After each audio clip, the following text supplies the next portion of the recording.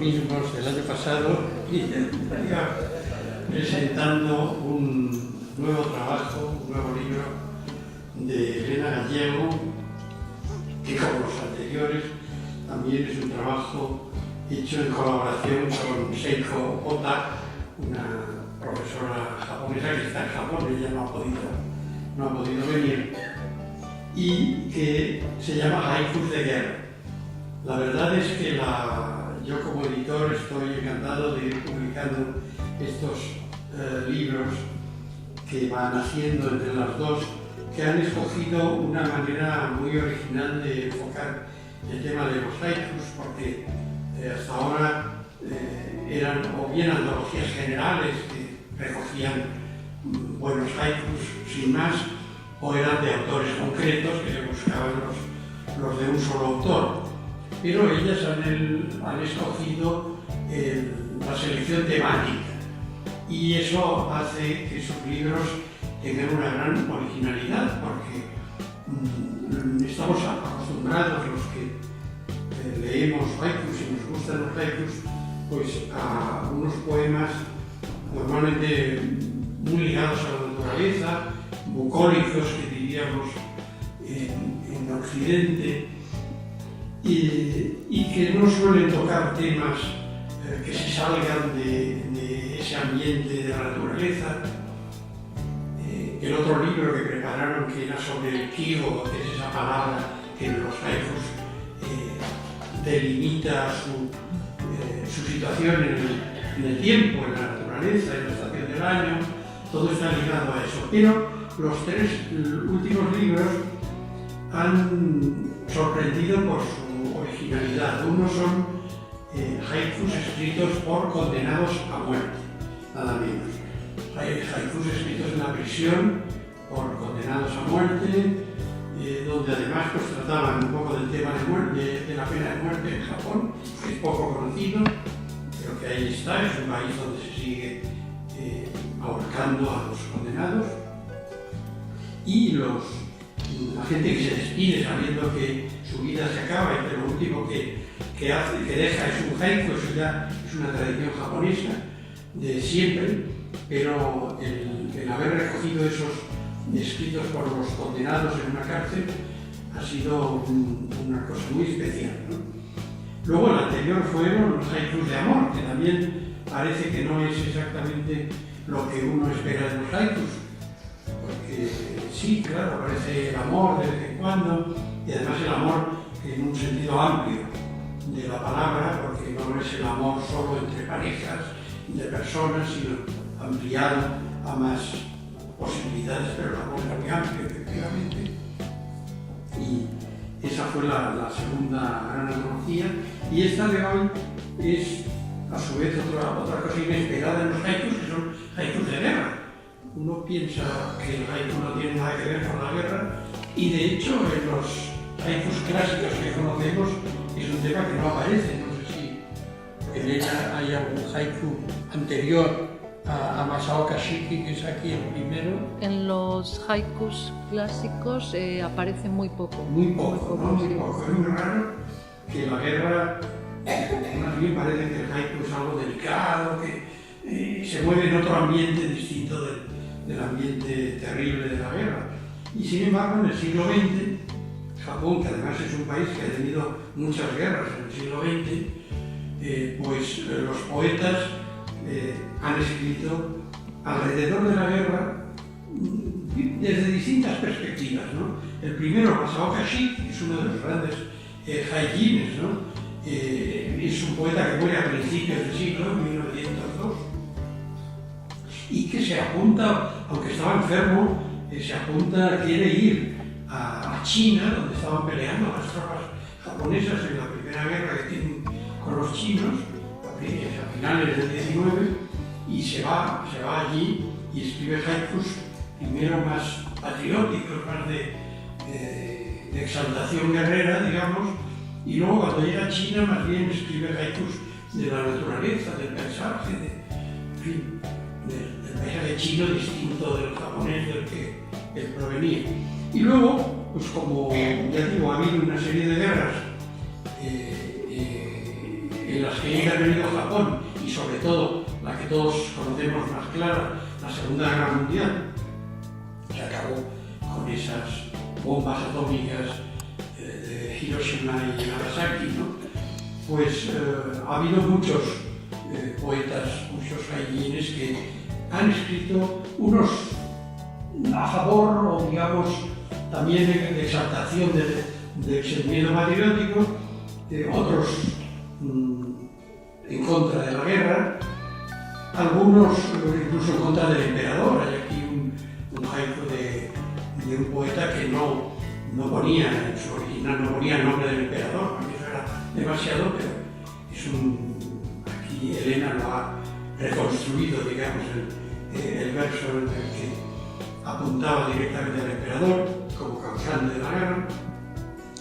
Y luego pues hay otros que en plena guerra, en plena batalla, siguen teniendo ese espíritu de la naturaleza. De pronto están en una trinchera y lo que se fijan es en un árbol, en un cerezo en flor o en una hierba que tienen por allí cerquita, y hacen un haiku totalmente lírico en medio de un ambiente terrible de guerra. Hay algunos muy especiales que son haikus también de despedida de la vida, de los pilotos, estos que nosotros llamamos kamikazes, que allí en Japón se llaman un poco distintos, pero vamos, que eran chicos muy jóvenes de 20, 22 años que se apuntaban voluntarios o los apuntaban para lanzarse con un avión cargado de explosivos contra los buques norteamericanos, ¿no? Y que se mataban. Y también estos chicos, pues hay unos cuantos, aquí en el libro hay varios recogidos, los poemas que escribieron antes de inmolarse por la madre. De manera que la guerra, bueno, pues aparece desde muy distintas perspectivas en este libro. Hay dos pequeños trabajos previos, uno de Seiko Ota, donde lo relaciona directamente el tema más con Japón, y uno de Elena, que también lo relaciona más con España y con nuestros soldados guerreros, que tenemos, soldados poetas, ¿no? Tan importantes como Garcilaso o como el mismísimo Miguel de Cervantes, ¿no? Y el distinto tratamiento que el tema sugirió a unos y a otros. De manera que, bueno, pues ya digo, dentro de ese campo de los haikus y de su traducción y difusión en España, estos trabajos de Elena y de Seiko me parece que tienen muchísima importancia y que nos están ampliando la visión de la poesía japonesa de haiku. Y nada más, en este caso pues animarles, bueno, ahora nos van a contar las cosas ellos, pero animarles a que lo lean y a que sean ustedes quienes hagan por su propia lectura una idea de esa relación entre la poesía y la guerra vista con ojos japoneses.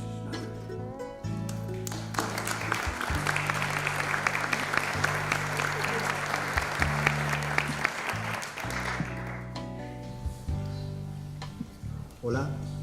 Hola, muy buenas tardes, muy buenas noches.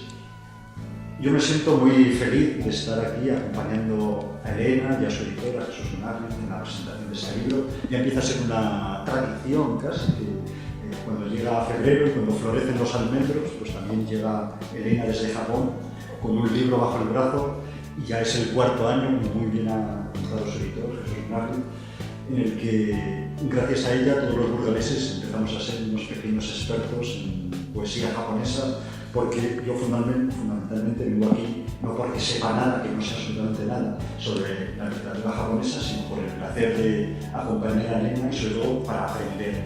Como bien ha dicho en sus palabras Jesús, que prácticamente ha presentado muy bien lo que contiene el libro y lo que es la trayectoria de Elena y de su cotraductora Seiko Ota. En esta ocasión, la mirada de Elena se ha centrado en un campo muy original y muy inesperado dentro de lo que uno podría suponer que contienen los haikus, que es un tema bélico, el tema de la guerra, tratado con muchos matices. hay poemas, como bien ha dicho Jesús, de un tono patriótico, exaltado y de una convicción absoluta en que no solo es que estos soldados, poetas, fueran a la guerra, sino que algunos pedían ir a la guerra, eran activos propagandistas de la causa imperialista japonesa. Pues frente a estos poemas hay otros, como bien he dicho también, que tienen un tono más íntimo, más desengañado, más pacifista, y de hecho el libro termina no con un haiku, porque es una estrofa diferente, es un poema más largo de una poetisa, en el que en este poema ella, Yosano, se lamenta por la marcha de su hermano al frente a China, y con unos versos muy conmovedores pues cuenta su tristeza y le suplica que no se muera, que no vaya a China, que no vaya a la guerra a morir, porque es el pequeño de los hermanos, el menor, el que ha sido más querido por los padres, pues el pequeño. En fin, son unos versos muy conmovedores y nada bélicos. Como digo, yo no tengo ninguna autoridad para estar aquí, más allá de la amistad con Elena y del placer de acompañarla, y lo que voy a hacer es simplemente dar algunas notas o compartir con todos ustedes algunos pensamientos que he tenido según leía esta antología. Yo el primer conocimiento, antes de conocer a Elena y iniciar este pequeño doctorado de todos los bordaneses que estamos haciendo con ella año tras año, el primer libro que yo recuerdo haber leído sobre literatura japonesa era uno que se tradujo desde el francés y que en su momento fue una obra de divulgación de la literatura japonesa que tuvo mucha fortuna. Yo he descubierto luego, leyendo a Borges, que Borges también lo había leído porque cita frases casi literales de Michel Rebon, que era el francés que se ocupó de hacer lo que él tituló algo así como Antología de la literatura japonesa desde los orígenes hasta el siglo XX. Y yo recuerdo en la introducción de ese libro algo que Jesús también ha comentado, el cómo él decía que, a diferencia, porque este hombre se preocupaba muy mucho de presentar la literatura japonesa no como algo completamente exótico y alejado de nuestra sensibilidad o de nuestra cultura, sino que él subrayaba los elementos comunes que había en la tradición occidental, por así decir, y también en la japonesa. Pero una de las diferencias que él señalaba era el poco amor que tenían los japoneses por el género épico en verso. Él decía, esta obra es muy antigua, no sé si ya está totalmente superada, pero él subrayaba cómo para los japoneses el verso no era el cauce adecuado para contar una exaltación épica o bélica, a diferencia de lo que sucedía en Occidente, donde casi todas nuestras literaturas tienen en sus comienzos enseguida grandes poemas de tema guerrero, de tema épico. Bueno, estamos en todos, no hace falta decir en castellano cuál es la primera así rara obra de este asunto, que pasó a el Cantar del Mio Cid. Él decía que el verso para los japoneses no era el cauce adecuado para esa clase de temas, y que ellos preferían pues, algo más íntimo, más lírico, y pensaban que especialmente el haiku era especialmente adecuado para contemplar la naturaleza y contar pues, esas pequeñas escenas que se recrean generalmente en los haikus de exaltación, pues como decía antes, de cómo florece un árbol o de los sentimientos del poeta frente al espectáculo de la naturaleza. En la introducción, las dos traductoras, tanto Elena como Seiko Ota, especialmente yo creo que Seiko es la que se centra en contar cómo en ese ambiente bélico y nacionalista que se vivía en Japón en el siglo XX, especialmente a partir de 1931, del incidente de Manchuria, que fue un atentado contra una línea férrea que gestionaba la compañía japonesa en China, que fue organizado por los propios japoneses para tener una excusa de intervenir en China, y ese acontecimiento pues, en Japón tuvo un gran impacto y hubo un gran movimiento de defensa de una intervención militar en China. Yo le contaba a Elena que ese episodio lo conocía de niño y seguramente pues, lo conozcamos porque en El Loto Azul de las aventuras de Tintín, de Hergé, justamente aparece ese atentado. Yo no tengo tiempo de repasar el libro y no sé si Hergé describe exactamente, pero la situación es la misma. Un falso atentado para solidarizar la opinión pública y hacer que ese espíritu japonés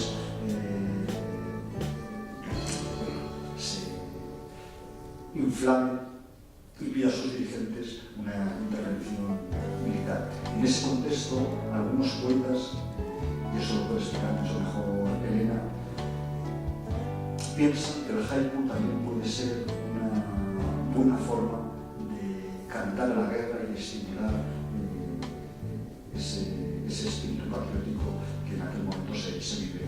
Y en ese momento nos cuentan Elena y Seiko, hay como una pugna entre la escuela más tradicional, que sigue defendiendo la métrica y los asuntos que siempre se habían desarrollado en los haikus, y estos otros poetas modernos, más modernos en el sentido de que quieren cambiar las cosas, que defienden ampliar los límites del haiku a estos nuevos temas. Y empiezan a escribirse este tipo de haikus y los escriben tanto soldados que están en China combatiendo como otros que están en Japón, pero que en este contexto también hacen unos poemas de tema bélico fingiendo que están en el propio frente de combate o sufriendo las penalidades o las glorias en la perspectiva de cada uno de esa guerra. Y hay otra pequeña polémica sobre si es lícito que un poeta hable de aquello que no conoce directamente. Esto es, hasta qué punto es admisible o es ético que alguien escriba poemas bélicos sin ser un soldado. Yo, si fuera japonés y estuviera en esa época, desde luego, sería un gran defensor de la imaginación. Creo que un artista o un creador no necesita hablar solamente de aquello que conoce. Dostoyevski no necesitaba descuartizar a una señora para escribir a Crimen y Castigo, y sería tremendo si los escritores tuviéramos que llevar solo pudiéramos hablar de aquello que conocemos directamente. El motor de la creatividad puede ser, desde luego, la experiencia personal, que es un pilar muy importante de cualquier escritura, pero también la imaginación, la fantasía. Al final, lo que importa, yo creo, en cualquier creación, y también los haikus, es la capacidad de saber transmitir unas sensaciones, unos sentimientos o unas ideas. Y eso que cuentan en los prólogos me recordaba también una novela que seguramente muchos de los que estamos aquí conozcamos, porque Elena fue una gran defensora y difusora de ese texto, que es La Arpa de Birmania, de Takeyama. La Arpa de Takeyama no estuvo en Birmania y de hecho le criticaron mucho los errores de documentación, porque había ciertos árboles que sí existen en Japón y no en Birmania. Y él, sin embargo, lo que utilizó como fuente de documentación para escribir una novela absolutamente maravillosa fueron los relatos de sus alumnos. Era profesor y sus alumnos, esos muchachos jóvenes, esos veinteañeros, como decía Jesús, ellos sí que combatieron, y los que volvieron a Japón y se pudieron encontrar con su maestro, le dieron noticias y argumentos como para que él pudiera escribir una obra que es una obra maestra de la literatura japonesa y seguramente universal. A veces, cuando uno lee un libro, establece puentes inesperados con otros que está leyendo a la vez. Yo estaba leyendo a la vez que los haikus de Vega, un diario de un escritor italiano, napolitano, que ahora tiene 95 años, es un escritor anciano, lógicamente, un gran novelista, también fue guionista de cine, se llama Rafael Lacapria. Yo creo que la película más famosa en la que intervino es una titulada Alemania y su Chita. Y bueno, el caso es que Rafael Lacapria en su diario cuenta una anécdota de su infancia, cuando él vivía, volviendo del colegio, siendo un niño pequeño, volviendo de las clases de primaria. Él tenía que atravesar un jardín muy hermoso que hay en Nápoles, el Jardín de la Villa Comunale. Y él pues iba atravesando ese jardín y era la primavera. Era la primavera, aquel jardín tiene sobre todo palmeras, eucaliptos, pinos. Bueno, lo tiene ahora, no sé, hace 80 años, pero me imagino que sería un arbolado parecido. Y estaban todos los pájaros terminando. Y él se detuvo, ese niño, a escuchar esos cantos de los pájaros, y de repente, en un macizo de flores, salió volando un canario silvestre, y se le posó en el hombro. Y él se quedó absolutamente inmóvil, maravillado con ese canario en su hombro, y como sucede cuando a veces nos pasan cosas que nos emocionan mucho, él tenía el temor de que sentía el menor movimiento, el canario se iba a espantar y se iba a echar a volar. Entonces él hizo todo el mayor esfuerzo por estar inmóvil, cerró los ojos, pero notó que el corazón se desbocaba y empezaba a latir muy fuerte. Y él pensaba que si seguía haciendo así, el canario iba a notar y iba a salir volando. Y así sucedió. El canario, no sé si por los latidos de este niño o por lo que fuera, pues se fue y nada, pues desapareció el prodigio. El niño volvió a su casa y su madre le preguntó qué era el tío. Y él dijo, se me ha posado un pajarito en el ojo. Ya, en el colegio te ha salido la lección, te ha puesto tarea. Su madre empezó a preguntarle por las cosas de clase.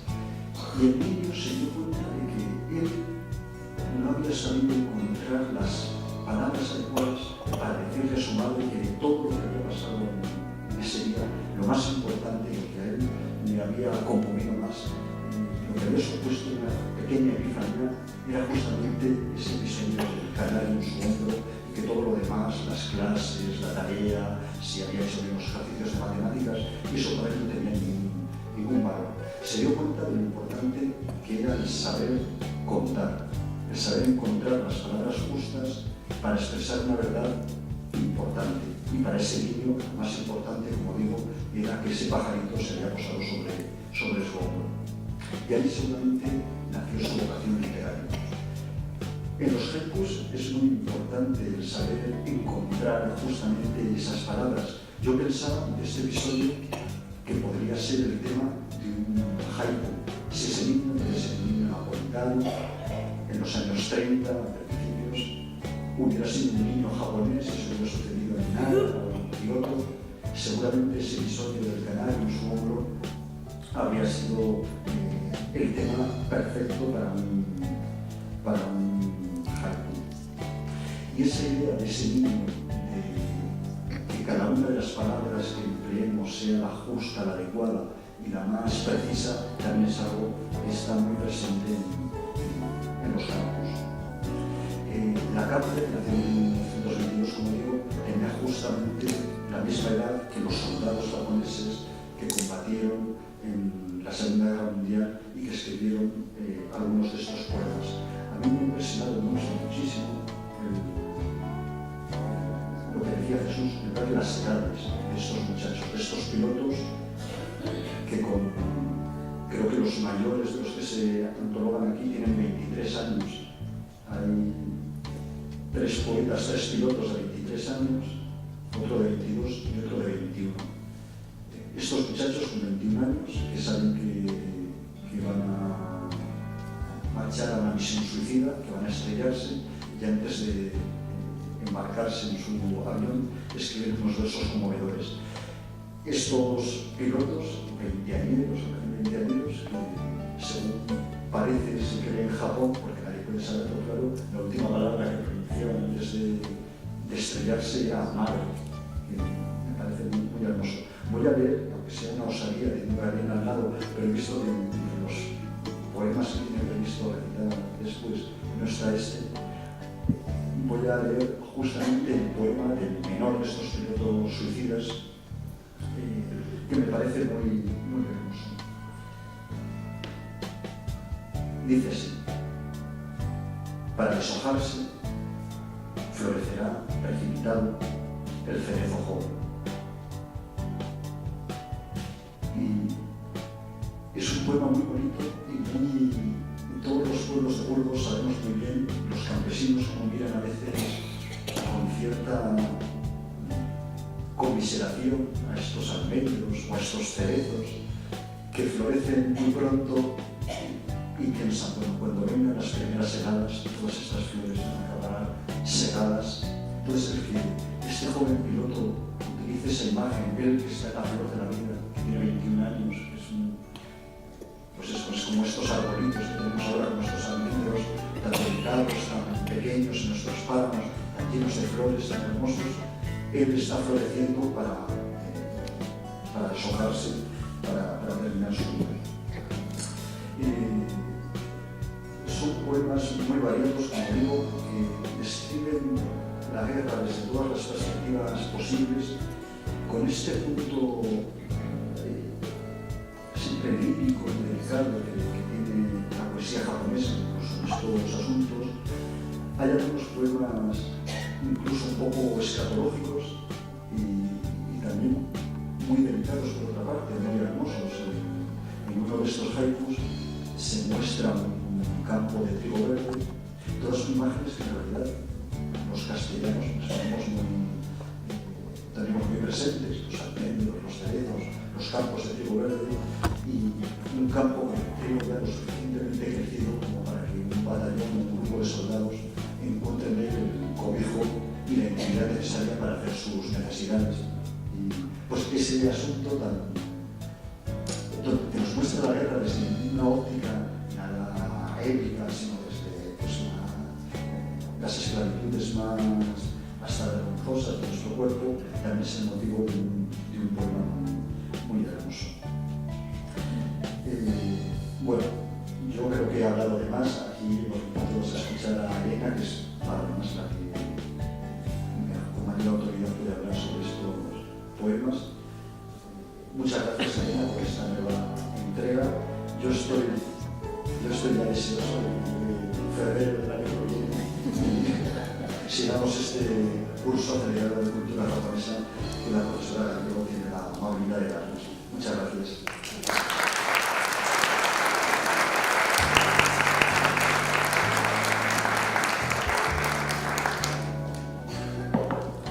Hola, buenas tardes. Muchas gracias una vez más por vuestra presencia, por acompañarnos un año más en la presentación de esta serie de antologías de haikus. Muchas gracias a los organizadores, al Instituto Municipal de Cultura, a la Asociación de Libreros de Burgos, al editor de Hyperion, Jesús Munarriz, por el entusiasmo y la ilusión con que recibe cada antología nuestra, a nuestro amigo, el escritor burgalés Óscar Esquivias, por acompañarnos siempre y por sus aportaciones y valiosas impresiones en nuestras presentaciones. Desde aquí, nuestro recuerdo y nuestro cariño para dos grandes poetas burgaleses, Bernardo Cuesta y Jorge Villalmanzo, que ya no están entre nosotros. Bien, como ha dicho Jesús, Haikus de Guerra es nuestra cuarta antología de haikus. Mi colega Seiko Ota y yo hemos seleccionado y traducido los mejores haikus de guerra desde aquel famoso haiku del gran maestro Matsuo Basho que rememora las luchas internas del siglo XVII. Hierbas de estío, rastros de sueños de guerreros de antaño, hasta las guerras de los siglos XIX y XX, la Segunda Guerra Mundial, llamada en Japón la Guerra del Pacífico, puesto que Japón no tomó parte hasta 1941, en que decidió atacar Pearl Harbor. En esta antología, como ha dicho Jesús, podemos encontrar todo tipo de temas, enfoques y visiones sobre la guerra, tanto haikus a favor de ella, por ejemplo, de Aoki Geto, los de arriba y los de abajo, jóvenes y viejos de corazón unidos, primavera del país, de Yamada Isamu, miembro de los comandos especiales Tokotai, popularmente conocidos como Kamikaze, viento divino. Por el emperador muere, me dijo mi fuerte madre. como también podemos encontrar poemas en contra de la guerra, de Hasegawa Sosei, devuélveme a mi hermano, al emperador, bajo la luna, maldigo. Poemas despiadados que muestran con toda su crudeza lo más depravado, sórdido y oscuro del alma humana. De Hasegawa Sosei, en la nieve, como a una bestia, lo matamos.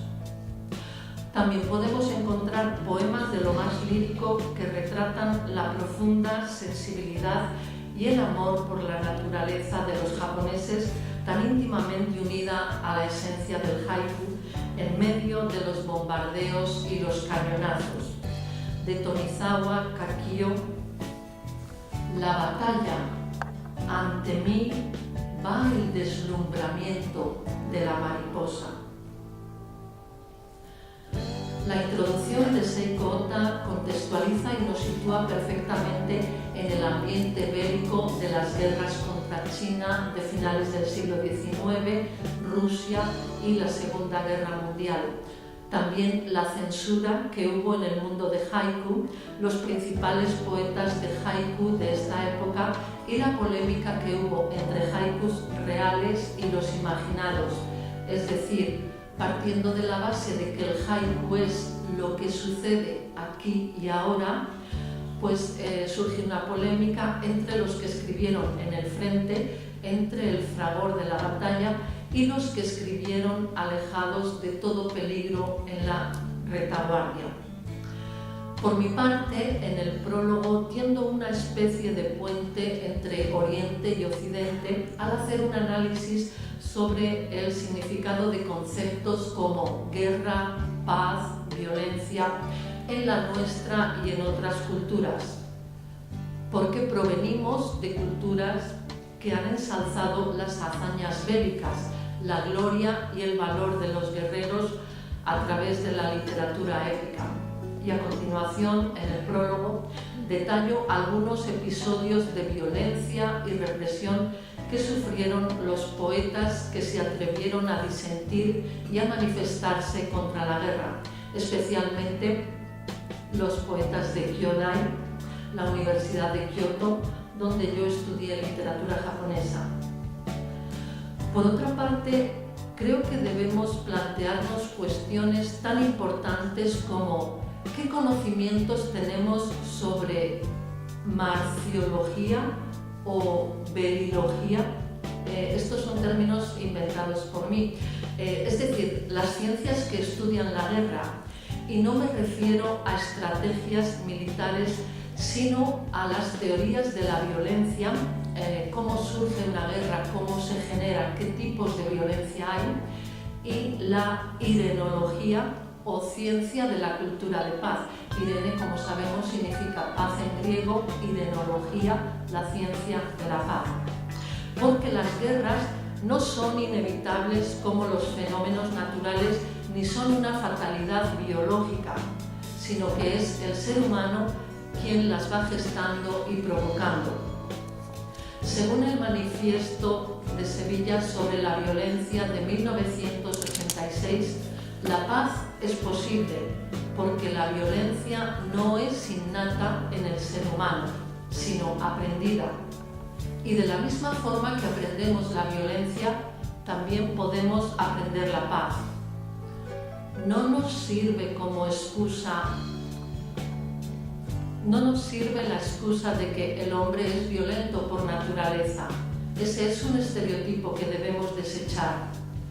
Ciertamente, las guerras son uno de los episodios más destructivos, bárbaros y violentos de la humanidad, pero no debemos olvidar que hay varios tipos de violencia. Veamos a continuación el triángulo de la violencia del científico noruego Johan Galtung, uno de los precursores de la cultura de paz. Tenemos aquí la punta del iceberg, que es la violencia directa. Esta es la violencia visible, pero tenemos una violencia cultural en un vértice y una violencia estructural en otro vértice que son las que sustentan la violencia visible. Es decir, hay unas violencias, unos tipos de violencia que son invisibles y sustentan la violencia que vemos, que es la punta del iceberg. Por ejemplo, la violencia estructural es la violencia que ejercen nuestras instituciones cuando pueden proveer de un bien a la gente, pero no lo hacen. Es la que justifica y legitima, junto con la violencia cultural, la violencia directa y visible. Y estos dos tipos de violencia, la violencia cultural y la violencia estructural, son mucho más nocivas y difíciles de combatir que la violencia directa y causa muchísimas más muertes. La violencia cultural es la que produce la violencia estructural y ambas sustentan la violencia directa. Hay un artículo muy interesante de Johan Galtung en el que explica que todas las culturas tienen elementos violentos. Quizá no los vemos porque no se nos ha entrenado para verlos, para percibir esta violencia, y la tenemos totalmente normalizada. Y cuando hay mucha concentración de estos elementos, ya no hablamos de violencia en la cultura, sino de violencia cultural. Es decir, nos hemos violentizado. El hecho de que estos conocimientos tan básicos sobre algo tan importante como es la violencia no se enseñen en la escuela dice mucho del grado de violencia en el que estamos inmersos.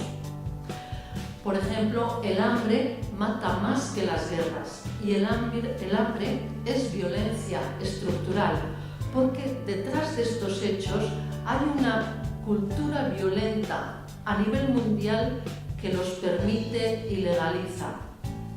El número de suicidios es mucho mayor que el número de personas que mueren en las guerras, y el suicidio es una de las consecuencias de la violencia estructural. Por otra parte, a cada tipo de violencia le corresponde un tipo de paz. Podemos hablar de una paz positiva, una paz negativa, una paz neutralizadora. Aunque no haya una situación de guerra declarada oficialmente, no se puede hablar de paz mientras haya personas que mueren de hambre en el mundo. Quizá en nuestro país el hambre no sea un problema prioritario, pero también existe una violencia estructural, aunque no la percibamos, y puede ser de muchos tipos. Quizá el desempleo, la corrupción, serían diferentes tipos de violencia estructural. Por ejemplo, las diferencias salariales entre hombres y mujeres ante un mismo trabajo o la desigualdad de oportunidades laborales entre ambos sexos. Además de anticonstitucional, es violencia estructural, económica y laboral, porque existe una cultura misógina que lo respaldan y lo legitiman.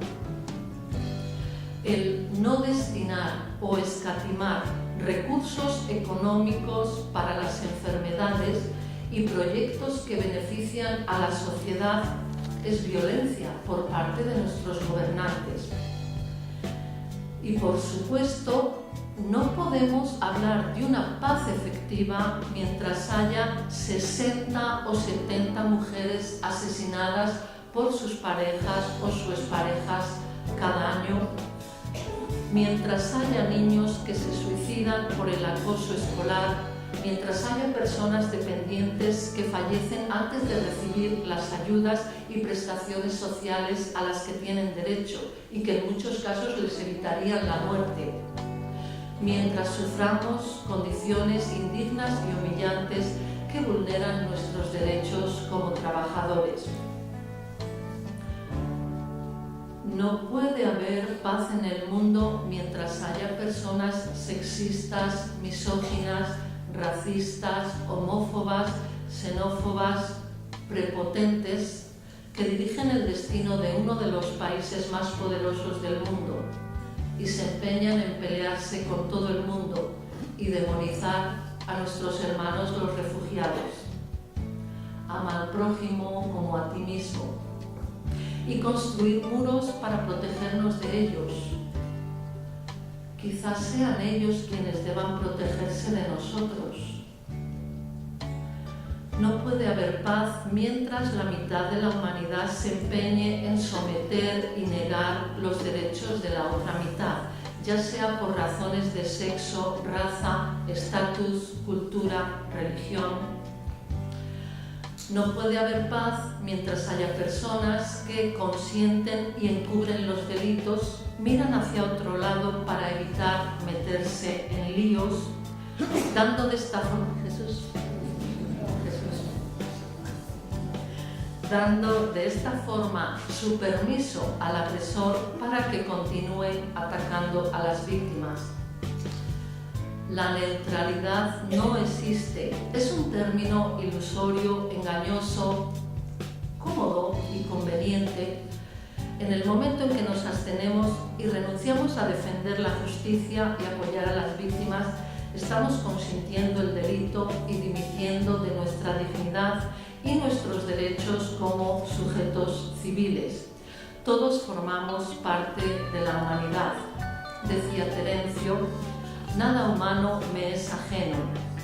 Y desde el momento en que nos incorporamos a este mundo, tenemos responsabilidad hacia nuestros congéneres a través de nuestras acciones. Veamos a este respecto el libro del catedrático de Filosofía Moral de la Universidad del País Vasco, Aurelio Arteta, Mal consentido, la complicidad del espectador indiferente, que describe a la perfección este fenómeno del que no se mete, no opina, es connivente, aquiesciente y consiente con su pasividad y su silencio. Y luego el miedo a evidenciarse y disentir de la masa, perfectamente retratado en el libro La espiral del silencio, opinión pública, nuestra opinión social. La espiral del silencio es el fenómeno que conduce a grandes injusticias sociales como es el Holocausto nazi. Toda una sociedad entera calla, silencia, quien calla otorga. No puede haber paz mientras haya colegios que niegan y encubren el acoso escolar, minusvalorando el sufrimiento de los niños e incluso culpándoles de haber provocado su acoso. No puede haber paz mientras haya universidades, profesores e investigadores que miran hacia otro lado y guardan silencio ante el plagio y otros delitos académicos, minusvaloran el sufrimiento de quien ha sido vulnerado en el bien jurídico que representa su propiedad intelectual y encima le amenazan y presionan para que guarde silencio. Recordemos el famoso poema de Martin Niemöller. Primero vinieron a buscar a los comunistas y no dije nada porque yo no era comunista. Luego vinieron a por los judíos y yo no dije nada porque yo no era judío, etcétera, etcétera. Este haiku, este poema de Martin Niemöller, pues es aplicable a la época en que se escribieron estos haikus. Pero nil novum sub solem, no hay nada nuevo bajo el sol. El mismo poema se puede explicar a nuestros días. Primero vinieron por los indígenas del mundo para expulsarles de sus tierras y construir hoteles y bloques de apartamentos. Luego vinieron a por los inmigrantes y yo no dije nada porque no era ni lo uno ni lo otro. Luego vinieron por mí, pero para entonces ya no quedaba nadie que dijera nada. No hay que olvidar que el germen de la violencia es la dificultad para aceptar la diferencia, la alteridad, la otredad. En otras palabras, el germen que provoca la mayor de las violencias, la violencia cultural. Es más fácil aniquilar al prójimo que comprenderle y aceptarle. La dificultad de comprender culturas ajenas y ponernos en su lugar. En realidad, esta es mi especialidad y una de las asignaturas que imparto en la universidad, la teoría de la traducción literaria basada en la profunda comprensión de ambas lenguas y culturas. Es decir, la comprensión y la aceptación que nos lleva a la benevolencia, el bien quererse, atendiendo a su etimología latina. El bien quererse, la benevolencia entre hermanos, que crea una corriente positiva de armonía, empatía y bienestar social que puede hacer olvidar hasta el odio y el rencor más enconados. No hay que olvidar que el germen de toda guerra se gesta en la vida cotidiana y que todos y cada uno de nosotros somos parte de este sistema llamado sociedad. Si fuera fácil entender una cultura diferente, en el mundo no habría guerras. Una es el número de personas necesario para cambiar el mundo. Goseicho arigatou gozaimashita. Muchas gracias por su atención.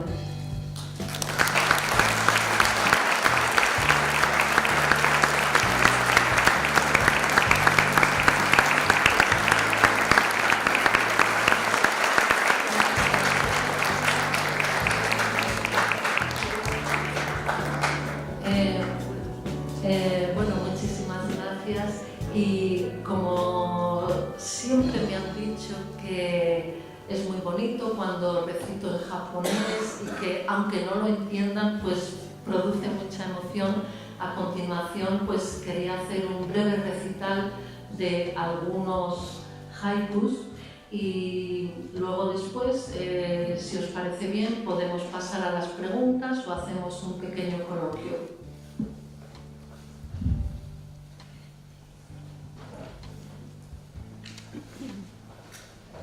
Me acompaña al piano Rodrigo Vázquez.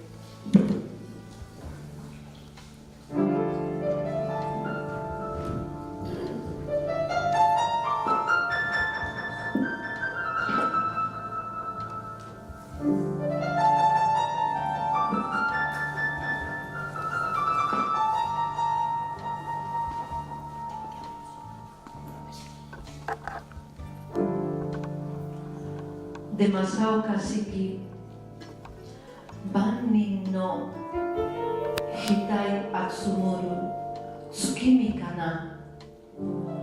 Juntas las 10.000 frentes humanas, apreciando la luna.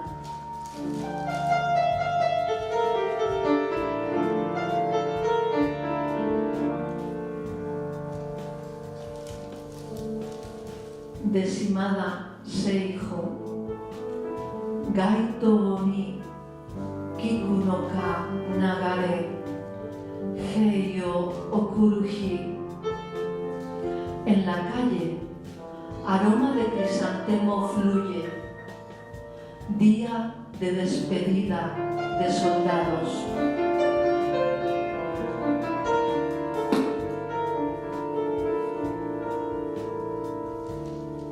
De Saito Sanki, Senjuo Homuri Istoruo Tenni Utsu.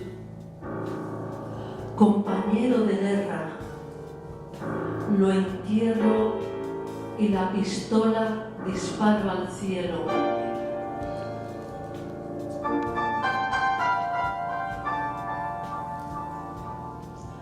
De Tomizawa Kakio, Hebi Yobiru, Ikusa no Aresi, Waga Manako. Una serpiente cruza por la guerra dañados mis ojos.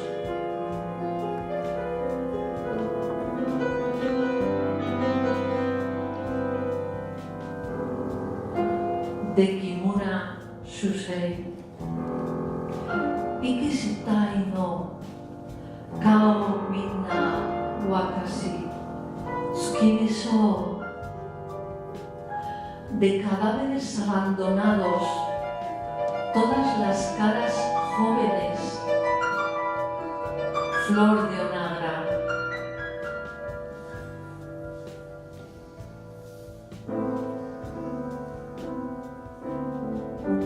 De Hasegawa Sosei, Kanja Kurashi, Tatakai Sumite, Inochi Arinu. Oscura la noche fría, acabada la batalla, conservo la vida.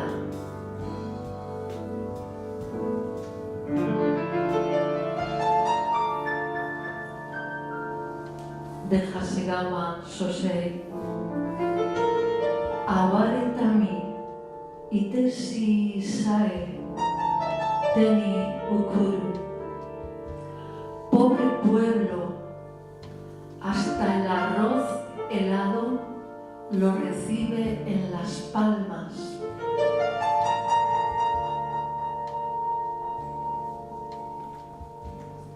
De Hasegawa Sosei, Oboromeku Tsukiyohei ni Saishi Ari. Luna velada. Los soldados tienen esposa e hijos.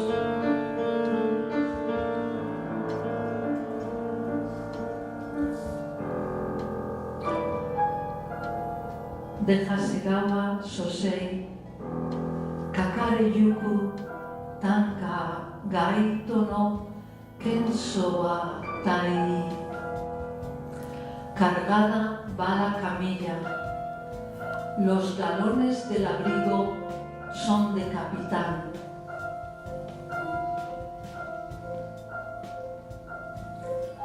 De Hasegawa Sosei, Yuki no ue ni utsubushu tekishi do kachiri. Sobre la nieve, boca abajo, el cadáver enemigo. Monedas de cobre esparcidas.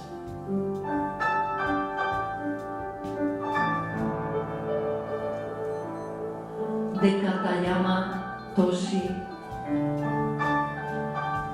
Wareo Utsu, Tekito Gosho, Otomo Niseru. Me dispara un enemigo con quien comparto el calor ardiente.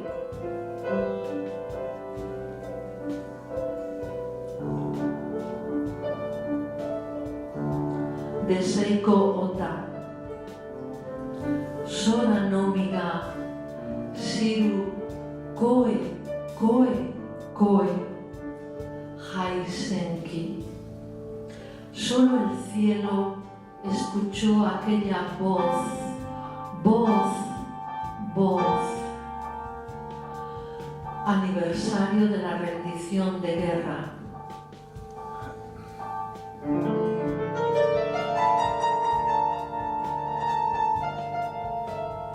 De Masao Kasiki. Ikite kaere, suyu no inochi to inagara. Vuelve con vida, aun diciendo que esta vida es como el rocío.